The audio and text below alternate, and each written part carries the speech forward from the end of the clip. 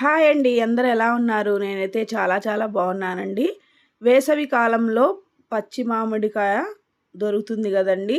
పల్లీలు వేసుకొని ఈ పచ్చి మామిడికాయతో చట్నీ చేసుకుంటే అన్నంలోకి, ఇడ్లీలోకి, దోసల్లోకైతే చాలా బాగుంటుందండి. రండి వీడియోలోకైతే వెళ్ళిపోదాము. ముందుగా నేను స్టవ్ వెలిగించేసి ప్యాన్ పెట్టేసుకొని 2 టేబుల్ స్పూన్లు ఆయిల్ వేసుకున్నానండి.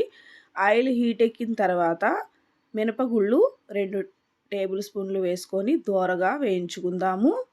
అలాగే ఒక గుప్పుడు పల్లీల్ని కూడా వేసుకుందామండి.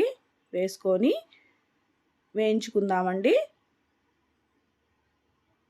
ఇలా దోరగా వేయించుకున్న తర్వాత అల్లం అండి, 1 ఇంచు అల్లం చిన్న చిన్న ముక్కలుగా కట్ చేసేసి వేసేసుకుందాము.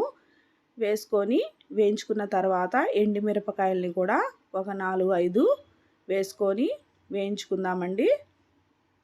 తర్వాత ఒక రెమ్మ కరివేపాకు కూడా వేసుకొని వేయించుకొని చిటపటలాడిన తర్వాత 1 కప్పు పెద్ద ఉల్లిపాయ కట్ చేసేసి వేసేసుకుందాము.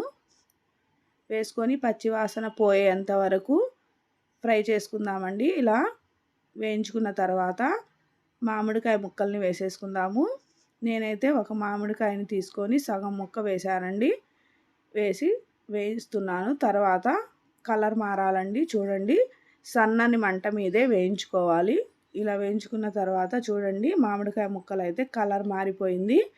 తర్వాత స్టవ్ ఆఫ్ చేసేసి పక్కన పెట్టేసుకుందాము. బాగా చల్లారాలండి. తర్వాత ఒక మిక్సీ జార్ తీసుకొని మిక్సీ జార్లోకి అయితే వేసేసుకుందాము. రుచికి సరిపడే సాల్ట్ వేసుకొని మూతనైతే పెట్టేసుకుందామండి. కొద్దిగా వాటర్ పోసుకుంటూ ఇలా మిక్సీ పట్టేసుకోవాలి. ఇలా బరకగా ఉంటే సరిపోతుందండి. మనము ముందుగానే అన్నీ వేయించుకున్నాం కాబట్టి తాలింపు అవసరం లేదండి. కావాలంటే మీరు తాలింపు అయినా వేసుకోవచ్చు. ఇలాగే చాలా బాగుంటుందండి. అన్నంలోకి, దోశల్లోకి, ఇడ్లీల్లోకి అయితే చాలా చాలా బాగుంటుంది. ఈ వీడియో కనుక మీకు నచ్చినట్లయితే లైక్ చేయండి, షేర్ చేయండి, కామెంట్ చేయండి, హైప్ చేయండి. మరో కొత్త వీడియోతో కలుసుకుందాం ఫ్రెండ్స్. బాయ్.